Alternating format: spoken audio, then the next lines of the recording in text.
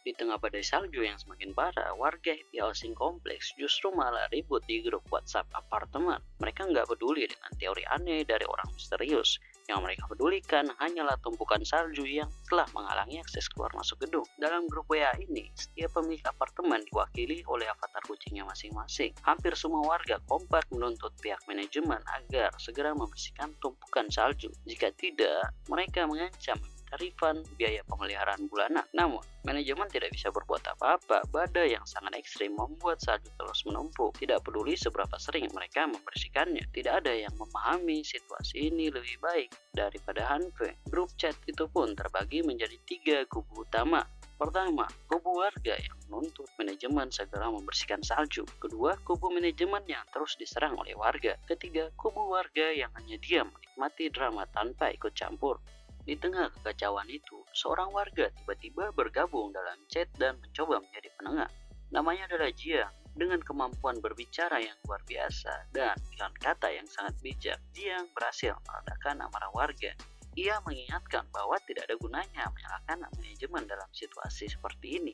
Hanfeng langsung mengenali pria bermata empat itu. Di kehidupan sebelumnya, Jiang adalah sosok pemimpin yang sangat aktif dan dihormati oleh para survivor di apartemen ini. Setelah pidato dari Jiang, warga mulai berubah pikiran. Satu persatu mereka setuju untuk bekerja sama membersihkan salju. Tak lama kemudian, muncullah seorang pria dengan avatar kucing hitam yang terkesan berandalan. Dengan nada sombong, ia berkata bahwa dia bersedia membantu membersihkan salju karena sekarang ia masih harus keluar rumah dan mengurus bisnis bernilai ratusan juta dengan bosnya. Dari cara bicaranya dan sikap narsisnya, kita sudah bisa menebak dia itu siapa. Puncaknya adalah ketika Hyuna juga bergabung dalam percakapan dan mengatakan akan ikut membantu. Tiga, Indonesia! Solid, solid, solid!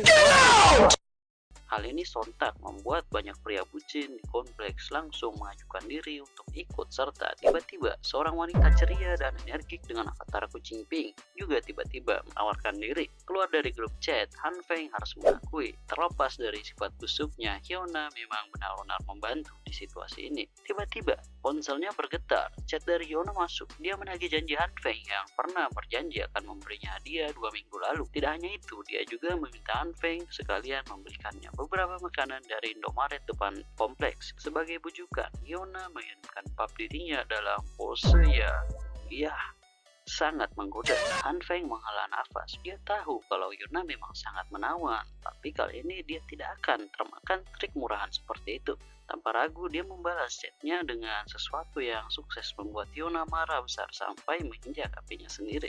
Hari ketiga sejak dunia memasuki zaman es, suhu di luar telah mencapai minus 20 derajat Celcius.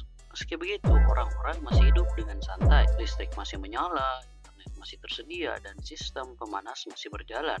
Semua orang masih merasa aman dan belum menyadari bahwa dunia sudah mulai memasuki tahap awal apokalips. Hanfi sendiri bahkan masih bisa scroll TikTok menghabiskan waktu sambil menonton berbagai video teori konspirasi yang beredar. Salah satu video yang menarik perhatiannya tentang kemungkinan adanya manusia yang memiliki kekuatan super. Dalam video itu ditampilkan rekaman seseorang yang diduga bundir dengan lompat dari lantai 15 gedung. Namun, setelah diotopsi, dokter tidak menemukan adanya tulang yang patah ataupun organ yang hancur, seolah-olah orang tersebut telah mengalami regenerasi. Meski kebenarannya belum bisa dipastikan, hal ini membuat Hanfeng berpikir, mungkinkah benar dia bukan satu-satunya manusia yang mendapat kekuatan super?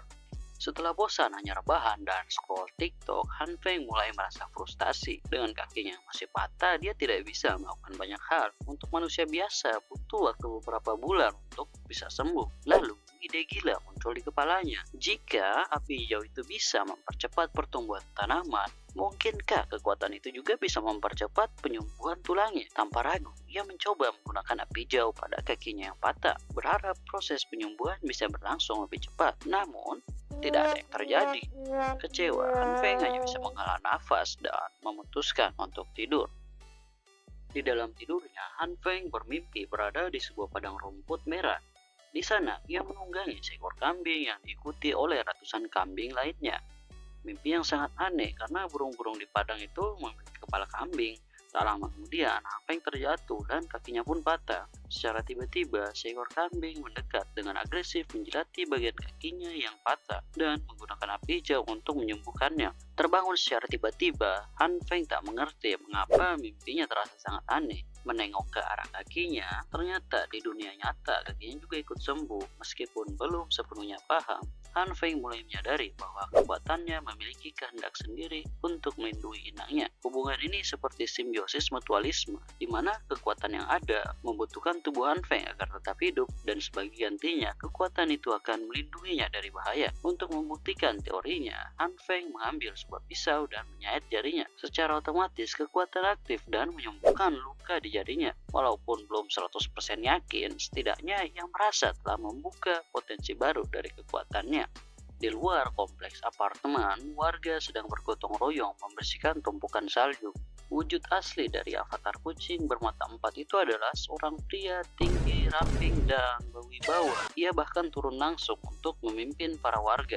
Saat warga sedang sibuk bekerja, Pak Guang, seorang petugas kebersihan apartemen, mendekati Jiang dan mengungkapkan kecurigaannya. Pak Guang curiga dengan seorang tetangga yang selama beberapa hari ini membawa pulang kardus-kardus barang secara berulang-ulang, seolah sedang mempersiapkan diri untuk menghadapi musim dingin. Ya, orang yang dimaksud oleh Pak Guang adalah Han Feng, karena selama ini ternyata Pak Guang diam-diam mengamati pergerakan anehnya. Jiang pun menyatakan bahwa mungkin saja itu hanya tetangga yang sedang melakukan renovasi atau penghuni baru yang baru saja pindahan.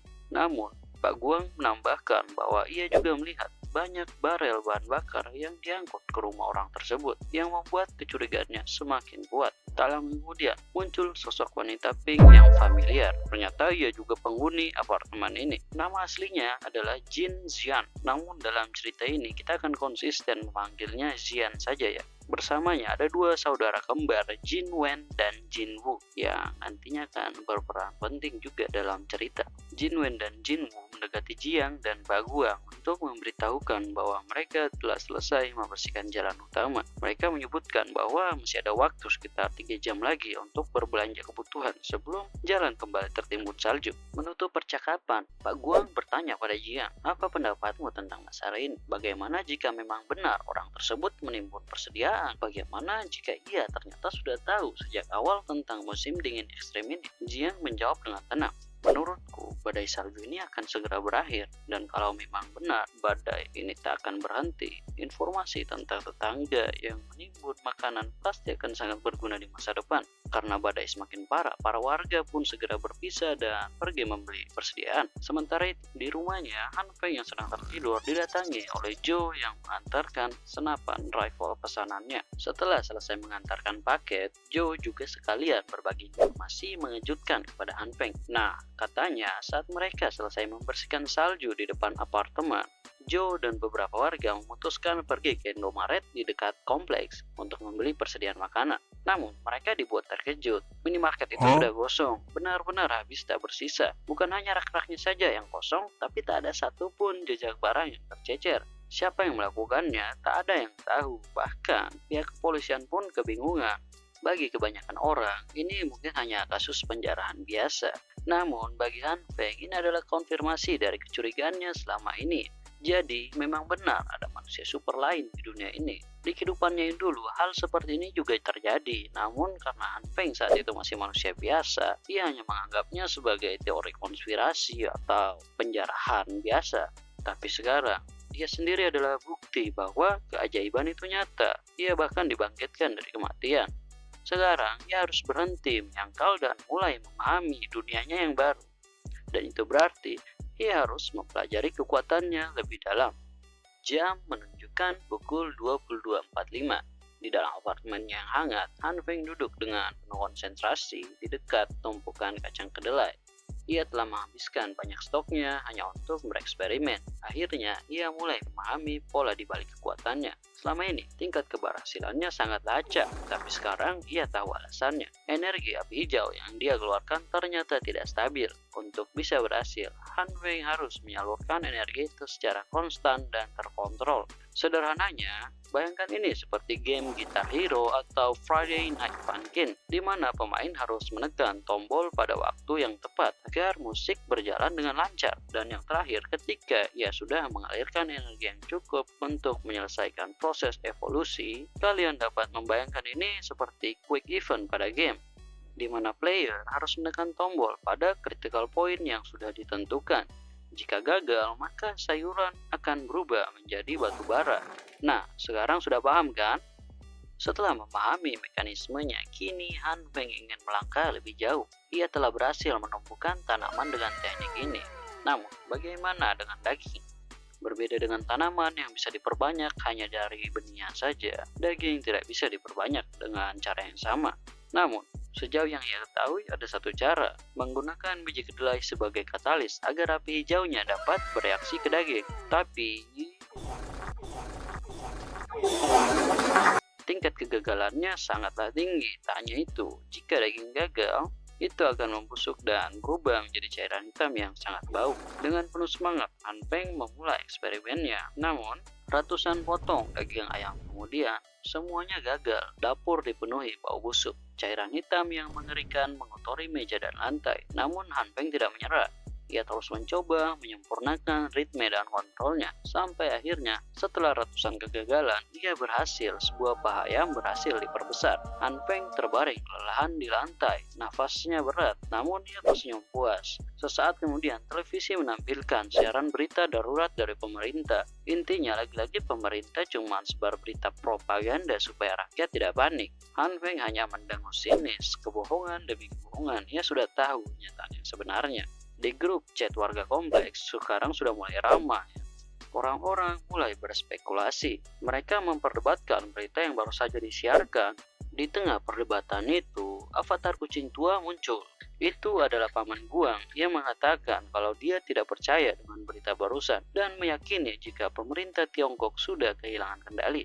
Melanjutkan teorinya, ia juga menjelaskan sekarang adalah bulan Juli, bukanlah saatnya untuk musim dingin. Namun, badai salju terus berlanjut. Banyak warga yang mulai kelaparan karena tidak sempat mempersiapkan persediaan makanan. Mereka juga tidak bisa keluar rumah karena cuaca yang sangat ekstrem. Tapi, kenapa pemerintah tidak memberikan bantuan? Mengapa mereka hanya menyiarkan berita untuk tetap tenang? Kemudian, Paman Guang mengucapkan sesuatu yang lebih mengejutkan. Dia mengatakan, "Aku baru saja mendapatkan informasi dari seorang teman yang bekerja di pemerintahan. Bukannya fokus memberi bantuan ke rakyat, pemerintah malah menarik seluruh tentara dan alutsista ke ibu kota. Sepertinya mereka sedang bersiap untuk berperang." Pemerintah akan berperang, tapi melawan siapa? Tidak ada yang tahu. Kepanikan mulai menyebar di antara warga Happy Housing Complex setelah mendengar teori itu. Di tengah kekacauan, Jiang sekali lagi muncul dan mulai berpidato. Jika informasi Paman Guang benar, jika pemerintah benar-benar akan berperang, maka kita, rakyat biasa, akan diabaikan. Seluruh warga hening. Dan kemudian Jiang melanjutkan pernyataannya. Kita tidak bisa hanya duduk diam dan berharap bantuan datang. Kita harus mulai bersatu untuk bertahan hidup. Banyak warga yang tidak sempat membeli persediaan makanan sebelum semuanya berubah menjadi kacau. Dan sebagai langkah awal, Jiang menjadi orang pertama yang bersedia mendonasikan setengah dari persediaan makanannya untuk membantu warga yang sudah kehabisan stok. Diskusi warga berakhir dengan cukup baik. Banyak yang akhirnya bersedia menyumbangkan persediaan makanan mereka. Dan untuk mengelola semua itu, Jiang pun membentuk panitia sementara. Sekelompok warga yang bertugas mengatur dan mendistribusikan makanan bagi warga yang kehabisan makanan. Jiang sendiri ditunjuk sebagai ketuanya. Namun, Han Feng hanya diam dan menyimak. Ia sudah tahu seperti apa masa depan panitia sementara ini. Di kehidupan sebelumnya, kelompok ini hanya membantu di awal-awal saja. Namun, seiring waktu, mereka berubah menjadi kelompok perampas yang menjara makanan dari warga mereka sendiri. Hari kelima apokalips. Sekarang suhu di luar sudah mencapai minus 40 derajat Celcius. Listrik, internet, dan sinyal telepon masih berfungsi. Namun, sistem pemanas sentral apartemen sudah berhenti beroperasi karena kehabisan pasokan gas. Di dalam apartemen yang hangat, Han Feng justru bersantai. namun ketenangannya terganggu ketika ia menerima panggilan dari pihak panitia sementara untuk segera turun ke lantai 1 gedung. Han Feng menghela nafas. Jika tidak turun, panitia akan mulai mencurigainya. Akhirnya ia pun memutuskan untuk turun. Nah, di lantai 1, tugas utama mereka adalah membuka pintu keluar apartemen. Namun, ada satu masalah besar. Suhu di luar adalah minus 40 derajat Celcius. Di suhu ini, manusia bisa mati membeku dalam waktu kurang dari 30 menit. Namun, tidak semua orang memahami bahaya ini. Salah satunya adalah Joe yang merasa sok kuat langsung menerobos tumpukan salju lebih dulu. Dan dalam hitungan detik jelas tubuhnya membeku. Semua orang ketakutan. Tak ada yang bisa dilakukan. Mereka hanya bisa menatap tubuh beku Joe yang terdiam kaku seperti patung es. Jika tak segera ditarik kembali ke dalam, Joe pasti sudah koit. Keadaan pun berubah drastis. Warga yang awalnya bersemangat untuk membersihkan salju kini terpaksa mundur. Pada akhirnya semua orang memutuskan untuk berkumpul di basement. Di sana, Jiang, ketua panitia sementara, sudah menunggu. Dengan cara bicaranya yang penuh wibawa, ia mampu menenangkan warga yang panik. Banyak yang mulai menghormati Jiang dan menganggapnya sebagai pemimpin. Namun, Han Feng tidak termasuk di antara mereka. Ia sudah tahu seperti apa masa depan kelompok ini. Saat sedang mengamati keadaan, Han Feng melihat sosok familiar. Seorang wanita pink dengan auranya yang sangat kuat membuatnya mudah dikenali di keramaian. Barulah Han Feng menyadari, ternyata mereka tinggal di gedung apartemen yang sama. Tampak wanita pink tersebut sedang mengangkat beberapa kardus barang. Berjalan di tengah keramaian, ia terpleset dan untungnya MC kita dengan sigap menangkapnya. Meskipun mereka baru sekali bertemu, Zian langsung mengingat Han Feng dengan baik. Satu hal yang membuatnya heran, kaki Han Feng sudah sembuh. Padahal baru beberapa hari yang lalu ia masih dalam kondisi cedera. Han Feng si Kang Yibul pun lagi-lagi terpaksa berbohong, mengatakan bahwa sejak dulu ia memiliki kecepatan penyembuhan yang tidak biasa. Zian yang polos jelas langsung percaya begitu saja dan memuji kemampuan regenerasi Han Feng. Saat Han Feng menawarkan diri untuk membantu membawakan barang-barangnya, ia dikejutkan oleh sesuatu. Zian yang terlihat mungil dan lemah ternyata memiliki kekuatan fisik di atas manusia normal. Dengan mudah ia mengangkat barang-barang berat seolah itu hanya sekantong belanjaan biasa. Apa mungkin wanita pink ini memiliki kekuatan super? Kata Han Feng. Sedikit curiga, Han Feng bertanya, "Kamu kok kuat banget?" Zian langsung terlihat canggung. Dengan wajah malu-malu ia menjawab kalau ada penyebab di balik kekuatannya, tetapi ia tidak bisa menjelaskannya sekarang. Oh ya, perlu diingat, Han Feng dan Zian sama sekali belum berkenalan satu sama lain sejak pertama kali bertemu di rumah sakit. Namun di momen ini Zianlah yang mengambil inisiatif lebih dulu. Dengan senyum cerah, ia mengulurkan tangan dan memperkenalkan diri. Keceriaan dan pesona positifnya benar-benar menenangkan hati. Han Feng pun membalas perkenalannya dengan ramah. Namun momen itu berubah menjadi keheningan ketika seseorang tidak sengaja menyenggol Zian. Dari kejauhan, Yona memperhatikan mereka berdua. Melihat Zian begitu akrab dengan Han Feng, ia langsung bertindak. Dengan cepat, ia memanggil Han Feng dan merangkul lengannya. Zian yang melihat kejadian itu langsung salah paham. Malu-malu, Zian langsung pergi tanpa berkata apapun. Ini apa? Kalian tahu sampah? Ini sampah. Han Feng pun bertanya apa yang diinginkan oleh Yona kali ini. Yona tersenyum kecil lalu berkata kalau dia hanya khawatir pada Han Feng. Namun, tak butuh waktu lama baginya untuk mengungkapkan alasan sebenarnya. Ia ingin meminta persediaan makanan karena stoknya sudah habis. Han Feng mau saja berbagi, tapi ia memberikan satu syarat. Yona harus menerima permintaan Han Feng tempo hari di WhatsApp. Nah, beberapa hari yang lalu Han Feng sempat mengirim pesan ke Yona. Isi pesannya adalah ia meminta Yona menjadi pacarnya. Saat itu Hyuna langsung marah bahkan enggan membalas chat Han Feng. Dan sekarang Han Feng masih menuntut permintaan yang sama. Jelas saja Hyuna terkejut.